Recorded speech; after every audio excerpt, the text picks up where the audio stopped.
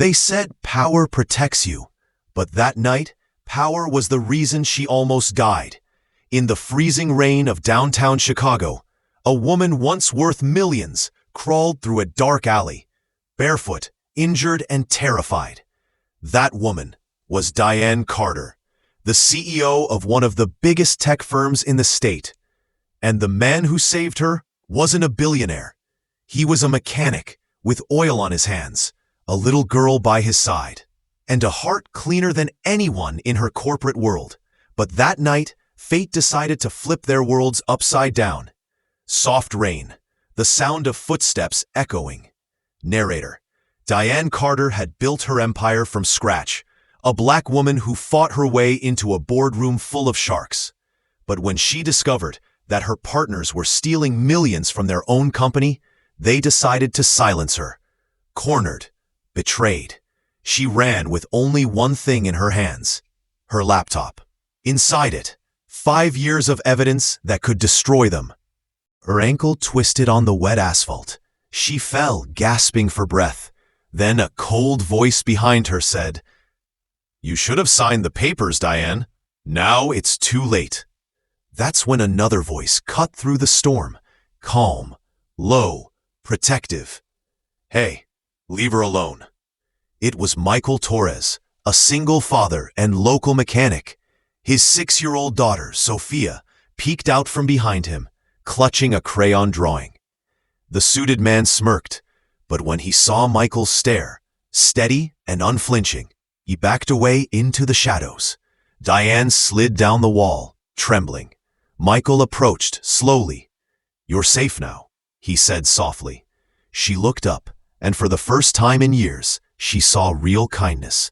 Not from a shareholder, not from an investor, but from a stranger. "Why'd you help me?" she asked. "Because it's right," he replied. 3 days later, the mighty CEO of Carter Tech was sitting in a small 2-bedroom apartment, the smell of pasta filling the air, a little girl coloring beside her. Sophia looked up and whispered, "Daddy, does the princess really work in pajamas?" For the first time in days, Diane laughed. Power, titles, and money, none of it mattered here. In this small home, she felt something she hadn't in years: peace. But she couldn't forget what had happened. Her ex-partners, Jonathan Reeves and Peter Manning, had taken everything she built. And she had the proof right there on that laptop. Diane told Michael everything. How she started Carter Tech with nothing but a used laptop and an unstable Wi-Fi connection. How she created software that could secure digital data like never before. And how 2 men, smooth talkers in expensive suits, promised to invest and help her grow. She signed their contract. They signed her downfall. Hidden inside the fine print were clauses that could take away her ownership during operational instability. A vague term designed to trap her. For 4 years, they made her their poster child, the young black CEO success story, until the day she noticed millions disappearing from company accounts. When she confronted them, they smiled. The next day, she was ambushed. That night, Michael was making dinner when the intercom buzzed. A voice came through, arrogant and cold. "Diane, we know you're here. Let's end this." Through the window, Diane saw 2 black cars pull up. Jonathan Reeves stepped out, adjusting his cufflinks like he owned the world. Michael whispered to his daughter, "Sophia, go to your room and close the door." When the knock came, Diane opened the door. Jonathan sneered. "Running away? Not very CEO of you." Peter added, "Where are the company files, Diane?" Michael stepped forward. "You should leave." Jonathan smirked. "And who are you? The janitor?" Michael's tone dropped low. "The man who's about to make you leave." Peter laughed. "You've really fallen, Diane." But Diane wasn't the same woman they cornered days ago. Her eyes were sharp again. Cold, calculated. "You want the files?" she asked. "Here's what I've been doing." She opened her laptop. Dozens of emails were being sent to the IRS, to major newspapers, to the district attorney. Inside them, proof of their embezzlement, bribes, offshore accounts, everything. "You wouldn't dare," Jonathan whispered. "Oh, I already did," Diane said, clicking send. "You stole my company," she continued. "Now I'm stealing your peace." They left in panic, but it was too late. The storm had begun. Over the next few days, Diane turned Michael's apartment into a command center. Laptops, phones, coffee cups, everything buzzing with activity.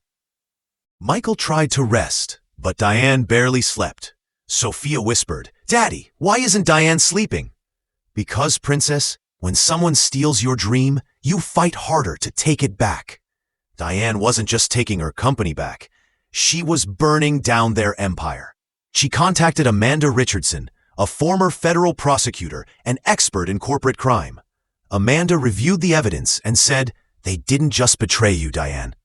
They committed enough fraud to land in prison for 15 years. Diane replied coldly, "I don't just want them jailed.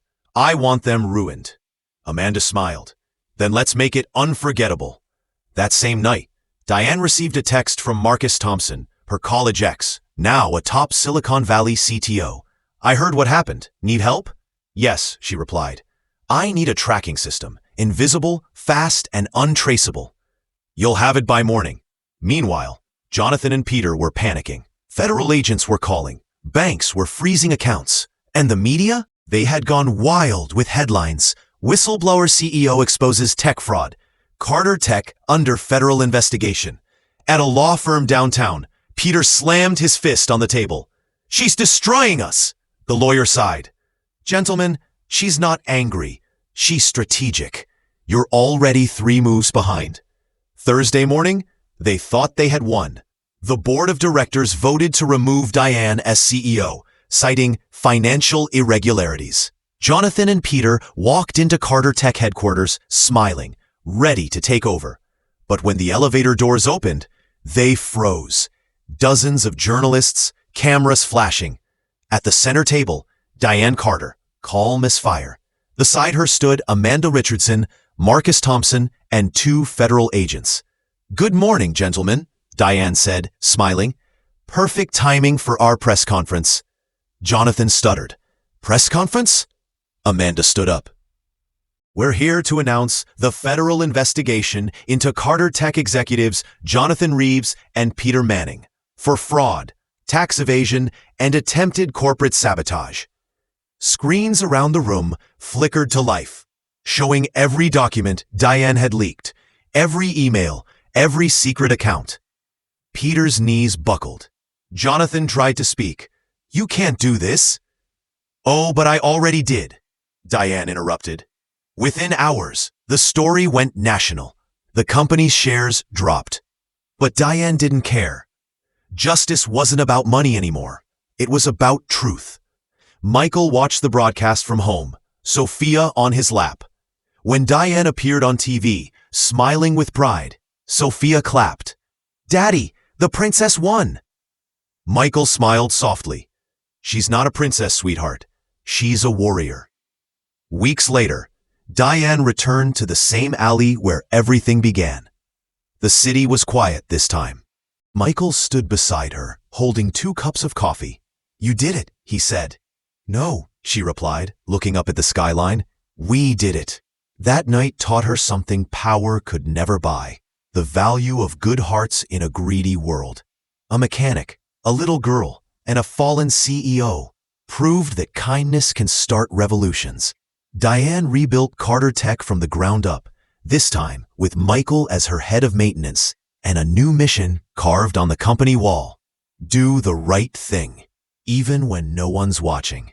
Because in a world obsessed with wealth and power, sometimes the strongest people are the ones who simply choose to care.